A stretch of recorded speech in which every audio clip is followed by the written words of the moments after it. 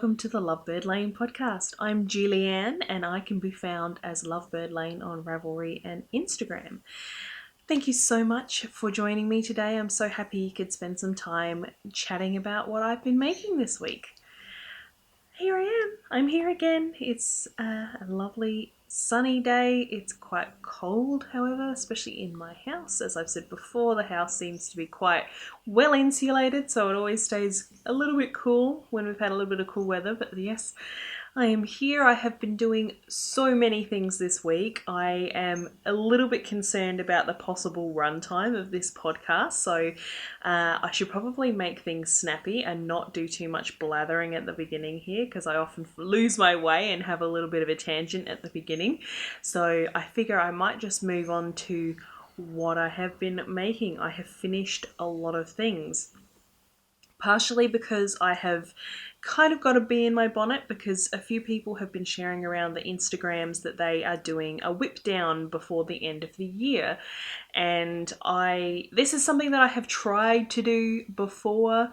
I seem to carry a lot of whips, and I don't love that fact about my crafting, is that I have so many things that are half done.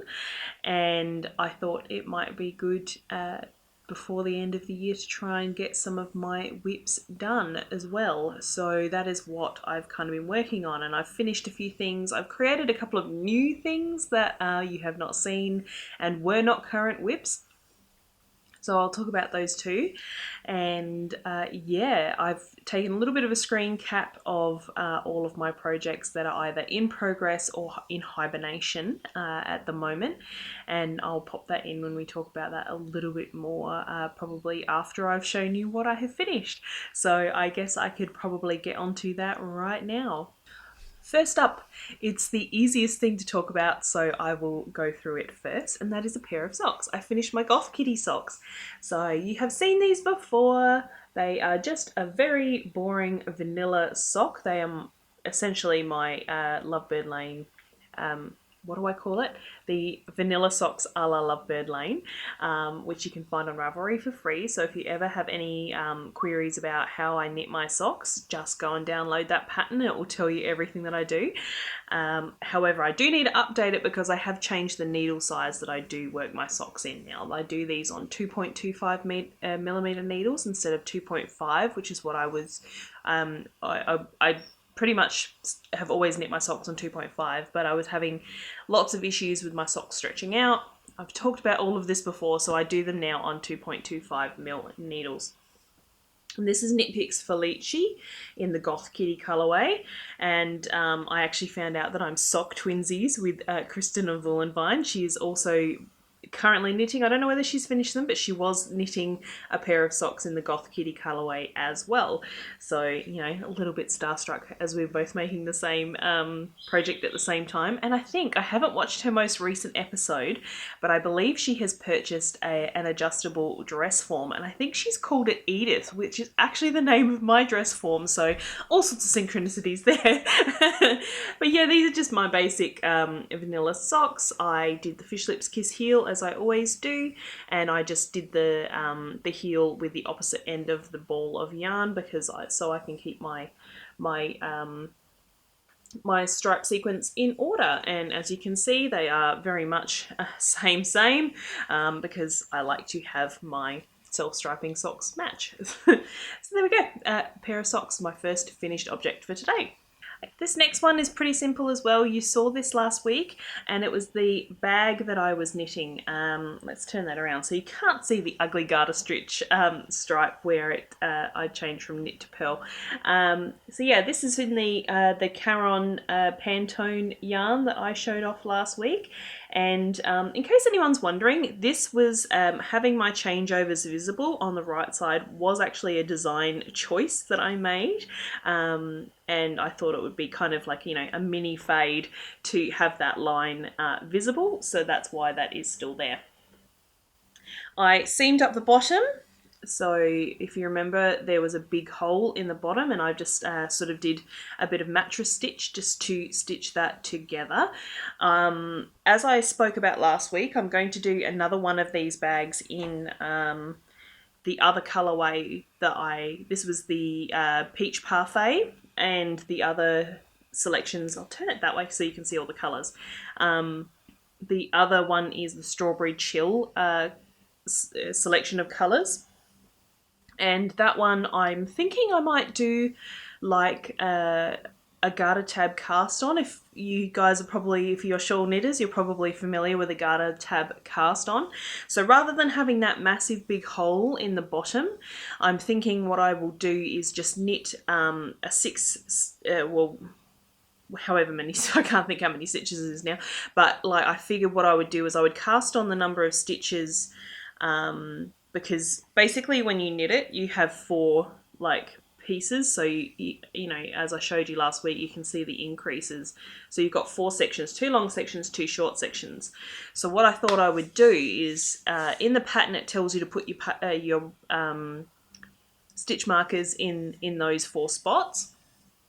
So for my garter tab cast on, what I thought I would do was to cast on the number of stitches that's in the shorter quadrant, knit down for however many stitches it is for the longer quadrant, and then just go around and pick up the stitches in the purl bumps around and then knit up. I just thought that was possibly easier. I mean, it's fine. The bottom of it is fine.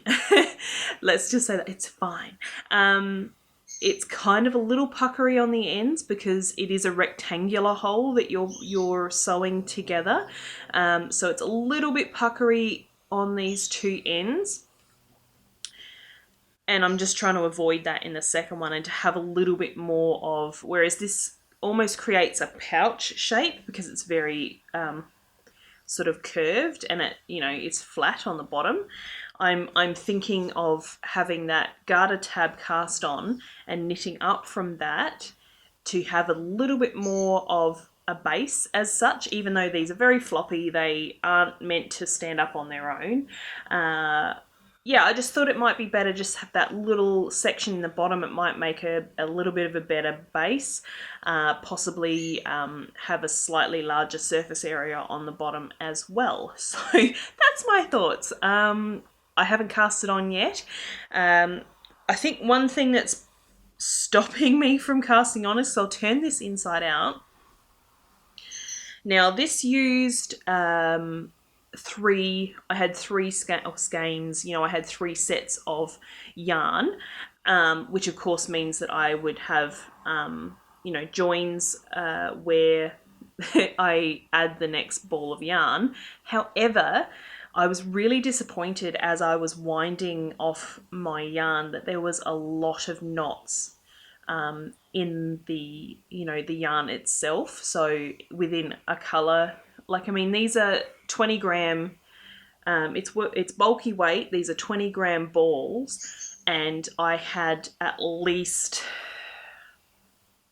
I want to say, okay, we're going to get into maths here. There's 5 colours per set, and I had 3 sets, so there's 15 little mini skeins of bulky yarn, and I would say at least probably a third of them had a knot within that 20 grams. So I've ended up with a heap of joins all over the place, making up for those joins and those knots that I found within the mini skeins. So I was a little bit put off by that, and because it's in bulky, my usual way of joining a new skein is just to knit the 2, the old end and the new end together for about 4 stitches. 4 I've found is probably the best for keeping it fairly invisible. So if I'm doing, like anywhere from a 4-ply fingering weight to DK, I usually will just knit them together until, and then continue on. But with the bulky, it was quite obvious where the connections of the 2 ends were. So I've basically just, I just started knitting with the new one. I didn't do any kind of overlapping, and then I twisted them in the back when I did I wove the ends in. And instead of doing like the usual duplicate stitch that I do to wind my ends in, I went through the threads instead of under the purl bumps, if any of that makes sense. So yeah, I went through the plies of the yarn to try and keep the bulkiness down on the right side. I think I did an okay job. There's a couple of spots where you can kind of see a little bit of inconsistency, but on the whole, the garter stitch is pretty forgiving. So yeah, I'm happy with it. I love the colours. As I said last week, I really enjoy this colour combination together. Yeah, I was just a little bit disappointed in all of the joins that I had to do. So that's kind of made me, how do I say it? A little bit hesitant. I just want a little bit of a break before I knit the second bucket.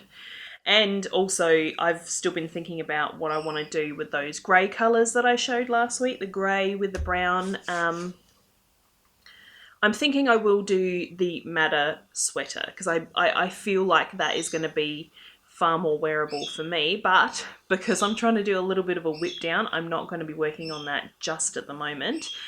I do have something else coming up that I'm going to be involved in a cowl for, so I'll try and remember to talk about that later. I haven't received my yarn yet, so maybe I'll wait until I have my yarn, but we'll see what happens. I am blathering. I'm doing it. I'm blathering. The next thing that I have finished is I did finish my All About That Brioche shawl. I don't have it handy. It is up on Edith, who is right next to me here. She's just here. And I thought what I would do is I would film some footage of the shawl on her. So yeah, I finished that over the weekend. It's had a block. I gave it a wash. It's had a block. I'm really happy with it. I did cut the balls of yarn off because I was quite happy with how it turned out. So I did cut the yarn. But yeah, I think I might actually put it on a little bit later because I'm just a little bit chilly around the neck. And yeah, I'm really, really happy with it. The colours went quite well together. They are quite a close, like I said, there wasn't a whole heap of contrast between them. And that ended up working out quite fine. I think I'm a little bit concerned about one of the colours because it had pink and purple speckles when I was knitting it. When I washed the yarn, quite a bit of, like, there was a lot of purple in the water, like a pinky purple, and I'm a little bit concerned because I feel like the pinky purple, there's purple has been left behind, but the pink I think has mostly washed out, and I'm a little bit sad about that. And I know it happens. It's happened to me as well in my own dyeing. Sometimes when you do put speckles, when you put very fine speckles, it can be a little bit hard to set those speckles entirely. So I don't think there's anything wrong with the yarn. It was Wool and Vine yarns, as I have said before, and it hasn't made me not like the yarn at all. I love Kristin's work, but I am aware that sometimes tiny speckles can do that because I've seen it in my own work. And yeah, but I was loving the little pops of sort of almost hot pink, and it seems like a lot of them have kind of disappeared, so that was a little bit sad. I think altogether I had about, I think it was about 50 grams of yarn left out of the two colours, so those will either go into my crochet blanket or that other unnamed project that I mentioned last week that I still haven't decided whether I want to start or not. But yeah, I've kept those aside and they will eventually be put into something, probably my crochet blanket, because I don't think I can be bothered starting another blanket kind of project, so it'll probably just go on my granny strap blanket. But yeah, overall, I'm pretty happy with it. It was a little bit small when I finished it before I blocked it. It seemed, I mean, it was big, but it was a small big, if that makes any sense. Like, not as big as I was expecting. However, when I washed it, the garter stitch really let out, and it's actually quite a big, squishy shawl now. So I'm really, really happy with that. And I'm pretty sure it was last week that I was discussing about how I hadn't put that ball of yarn that was left from my All the Love sweater away, and it was still, I mentioned it was still sitting on the end of the coffee table just in front of me, and I decided over the weekend that I wanted to get rid of that yarn. I had about 288 yards left, I think it was.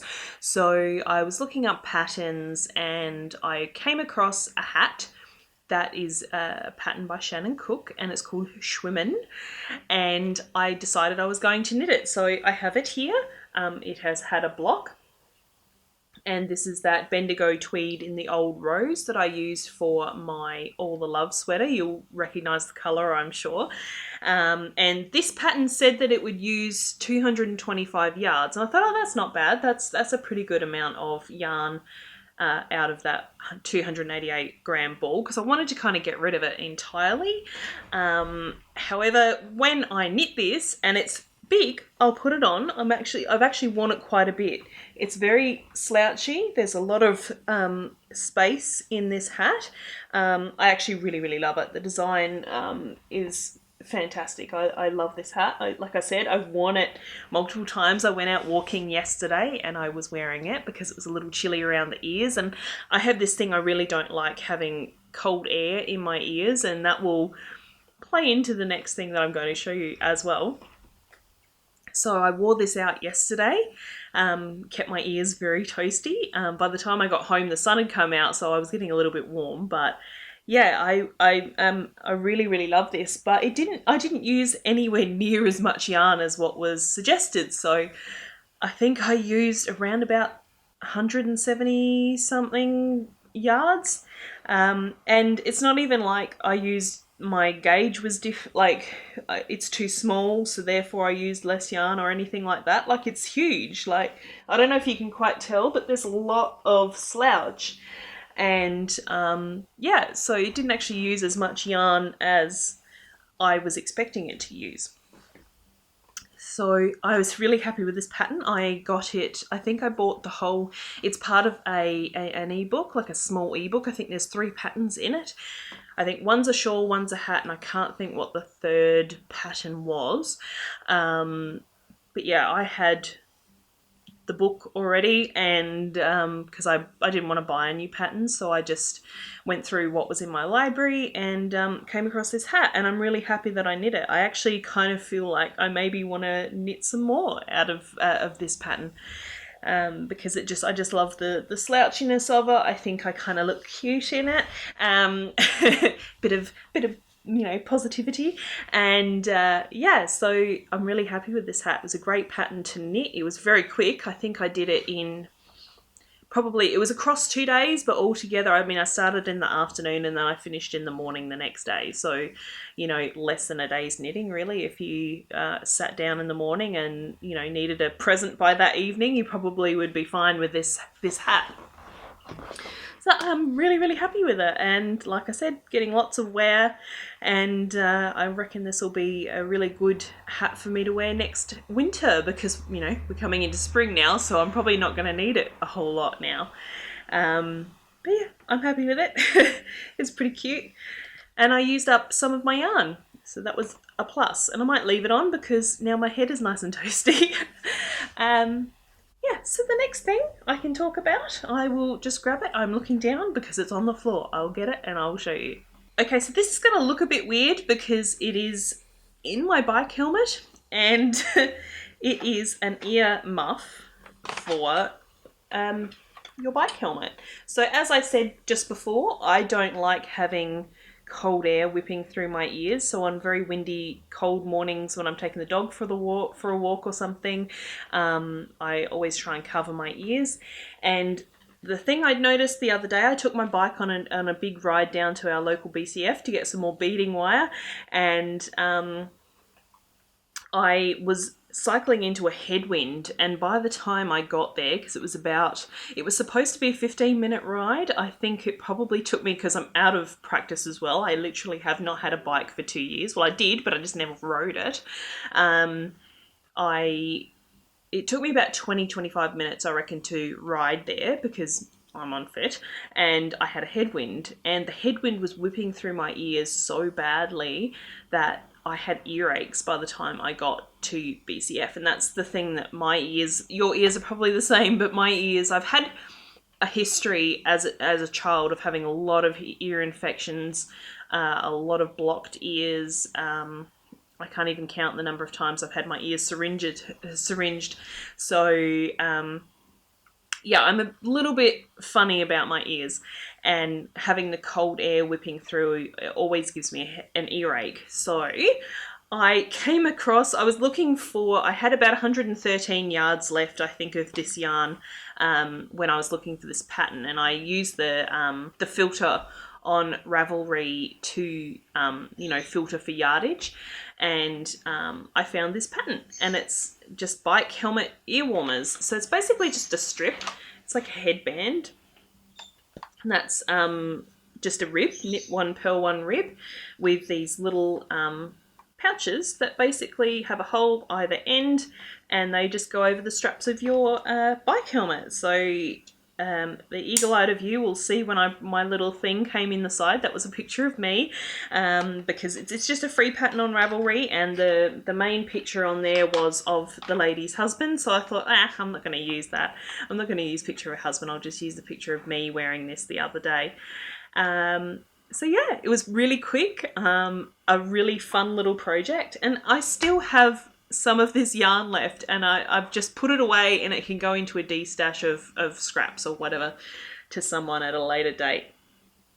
So yeah, I'm going to try this out today, because I'm going to head over to the storage unit today, because our official move out is this weekend. We've booked a truck to get all our furniture and everything that's in there out. But as a part of my whip down, I'll pop this down, I need more yarn, and because I don't have the extra here to finish the projects that I need to finish, like my rose cardigan, I mentioned it before, I don't have the yarn here in this house to finish the project. So I'm thinking what I will do is I will cycle over to the unit and try and find, I'm not sure where it is, but I thought I would try and find the other skeins so I can bring them back and work on those projects, and including the one that I'm about to show you, which is my work in progress for this week. I actually haven't knit on this for quite a while. It has been well and truly in hibernation, and I'm just going to try and get it sorted here, because I've got balls of yarn going everywhere, I've got fluff going everywhere. Now this is my second no frills sweater. So there we go.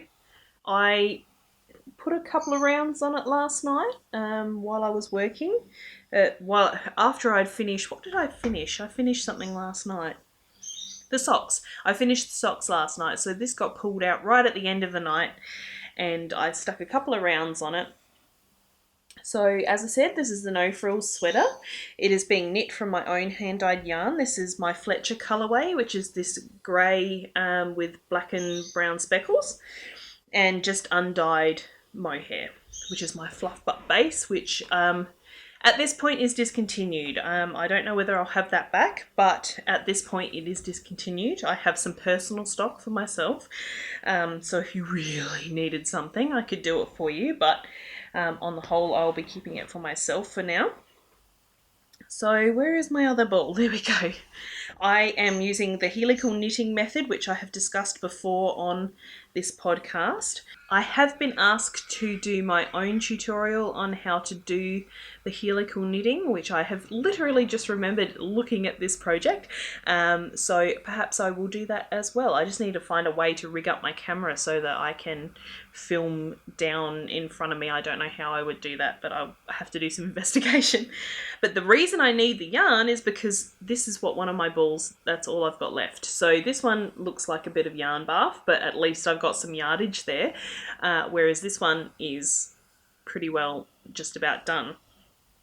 And my original No Frills sweater, I was able to knit it out of 3 skeins of each. So I know that I've got one more skein somewhere of this Fletcher on, this is my sparkle base. It's a gold stellina. yeah, so I know I've got another skein of it somewhere, but it is in the storage unit, I believe. So that is why I'm going to head over there today and have a little bit of a dig around and see if I can find the final skein so that I can continue working on this. Because as I just showed you, I'm probably not too far off starting the ribbing, I think, for the bottom of the sweater, and then it's just the sleeves. And once I'm onto sleeves, it'll just fly by.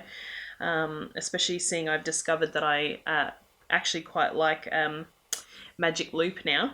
So I'm on I've just dropped a bunch of stitches. I'm on a tiny little needle here. So yeah, I really want to head out a little bit later and after lunch, my stomach's actually grumbling, head out a little bit later and grab that skein if I can find it. So that is my no frills sweater, and that's probably what I will be working on pretty well monogamously, I think, so long as I can find that skein until it's done, so I can get that off my whip list. And I guess other than that, I have also been doing some more avocado dyeing.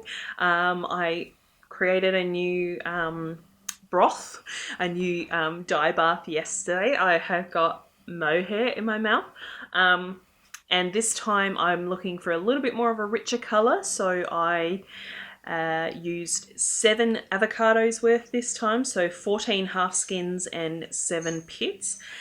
Just looking for that slightly deeper colour, and also inspired by Woods and Wool, who is Melissa Fisher. I don't know if I mentioned her last time. She was actually the one that created the inspiration for me to try the avocado dyeing finally, because I saw her results. She stuck a little bit of, I still have my hair in my mouth, sorry. She stuck a little bit of lavender in her dye bath for the skein that I really loved of hers, that really made me want to dye with avocado.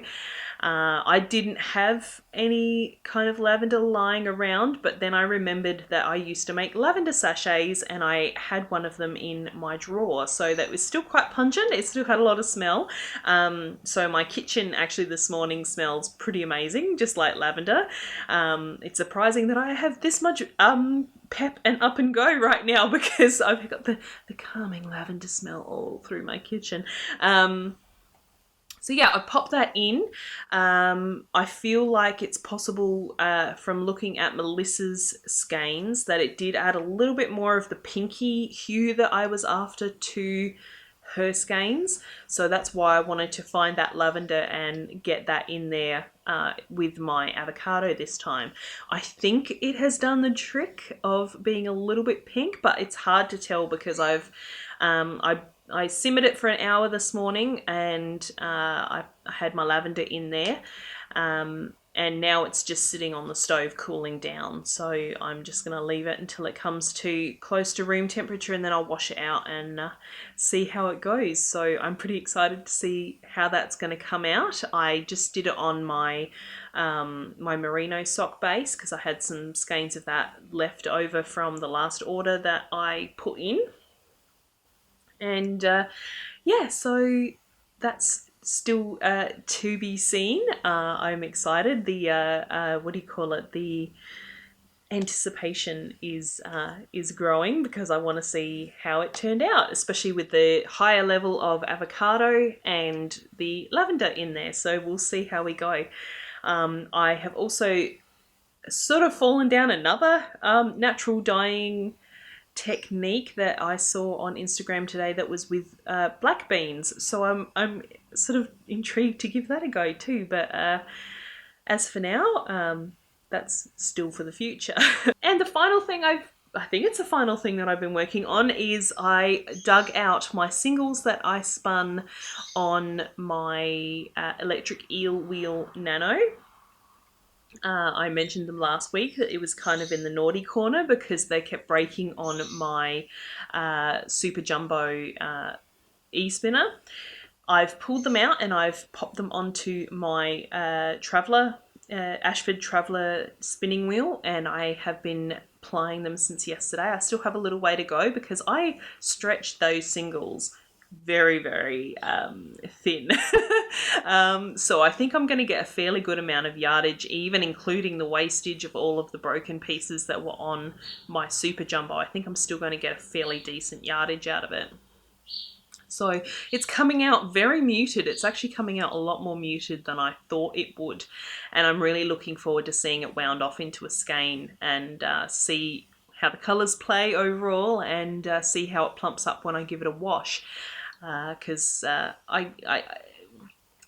it's hard because I was kind of getting used to that wheel. Some bits are quite tightly spun, some bits are a little bit looser spun. On the whole, it's fairly consistent, I think. But yeah, every time you wash, because I like to snap my yarn when I have washed it, my hand spun yarn.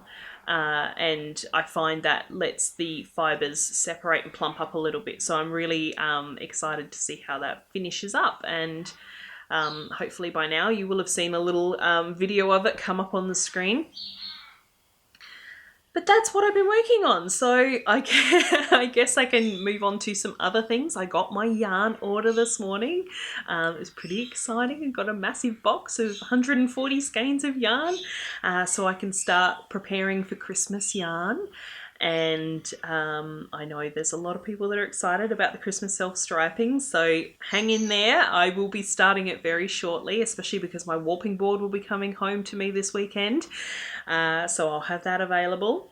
And I will be starting to dye Christmas yarn. I don't know when it will be released. I thought what I might do is get a little bit of stock behind me first, so that hopefully everybody who wants the Christmas self-striping yarn will be able to get their hands on it.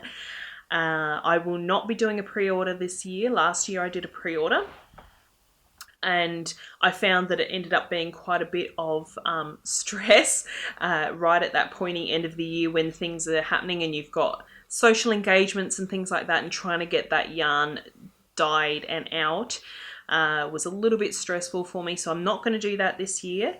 I will be dyeing as much as I can every week, and pretty much if you can grab it, grab it. And if you don't grab it, it will be available again next year. So it's not like you'll never get your hands on some. I'm sure there'll be some floating around even this year. So don't panic too badly. But yes, I'm going to be only releasing what I can dye as I go.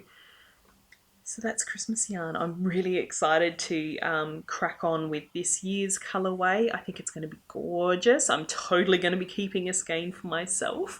So yeah, I can't wait to have a play with that, and I hope you guys all love it. I think it's going to be really beautiful and rich, and I'm really, really excited to get started on it. But along with my yarn order, it's not only yarn for Christmas. I have been moving more towards getting rid of superwash yarns in my shop, apart from when I do my self-striping sock yarns.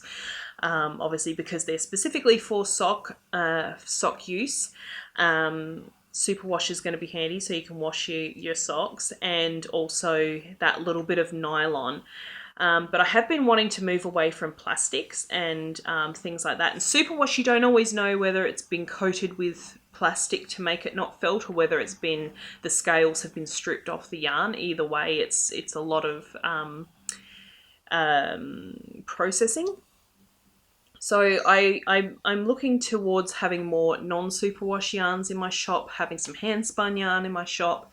And as part of that, my yarn supplier has recently come out with a non-superwash Highland wool, and it's 100% Highland wool, which is one of my absolute favourites. If you have been following me for any length of time, which I've just realised I have been podcasting for 3 years. Oh my goodness. I actually missed my podiversary, which was, I think my very first episode was recorded on the 22nd of June in 2016. So yeah, I've missed my 3-year podiversary. It's actually my 3-year dyeing versary as well, since I started dyeing yarn. So everything kind of happened in 2016, and I missed all of that. But anyway, that's off topic. I will grab what I'm talking about. I have got some Highland wool. And yes, like I was saying, if you'd followed me for any length of time, you know that Wool of the Andes by Knit Picks is one of my absolute favourite sweater wools. And that is 100% Peruvian Highland wool, which is what I now have. So I've got in my hot little hands here, I bought some in a fingering and I bought some in a worsted.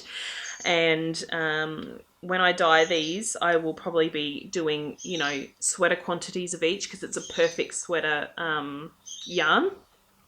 And I know we're going into summer here, but, you know, you can never have too many sweater quantities, right? So, yes, it's lovely. The thing I love about it, it is soft, but it is rustic. Like, I mean, to me, it's not, I don't find it scratchy at all. Like some people probably would. If you're super sensitive to yarn, to wool, you might find it scratchy, but like I've got it here on my neck and I have absolutely no problem with it. So it's like, it's the softness and it's kind of rustic and it just makes the most beautiful sweaters. Like they're warm, they're plump, they're beautiful. So as soon as I saw that there was Highland wool available at my supplier, I was like, I need that in my hot little hands. So now I have it. I have 20 skeins of each, and I'm really excited because this is going to be a little bit possibly of a learning curve because like I said, it's non-superwash wool, and non-superwash wool does take colour more slowly and sometimes not quite as vibrantly as superwash wool. So I'm really excited to see how these take colour. So they're lovely and squishy, and I'm super excited, and I hope you guys are excited too. That I'm really kind of passionate about getting rid of some plastics in my yarns. And to that end, I've actually whittled down my yarn range. So I'm going to have these non-superwash Highland wool. I'm going to have my non-superwash handspun, and for my sock yarns, I am, as a regular thing, I'm just going to have a merino nylon sock and a BFL bamboo. So the bamboo is actually there in place of the nylon so that it's not plastic in there. So if you're looking for a non-plastic sock yarn, it is still superwash. However, it is bamboo instead of nylon, which is sustainable bamboo, and it gives a lovely sheen. It doesn't dye quite as richly because the bamboo obviously does not take the protein dye, because the dyes that I use are acid dyes for protein-based fibres. So the bamboo does create a slight heathering look, and it's very shiny as well, so it's absolutely beautiful. So there you go, there's a little bit of Lovebird Lane Yarns chatter, and yeah, I think I'm probably going to have to leave it there. We haven't done much this week, so I've got nothing exciting to talk about. I haven't done anything except knit, really, and bring some stuff back from the storage unit, so which will be my life this weekend, and even this afternoon when I head over on my bike. So thank you so much for watching. Hopefully it's not been too long for you. Hopefully my audio is still good this week. I made sure that I plugged my microphone in really, really well. And so thank you so much for joining me today. If you enjoyed the podcast, please give us a thumbs up. And if you really loved it, please make sure to subscribe. And if you have any comments or questions, please feel free to leave them for me down below. All the show notes are in the description box just down there. And until next time, happy knitting, happy crafting. Please stay safe and take care of yourselves. And I will see you in the next one. Bye.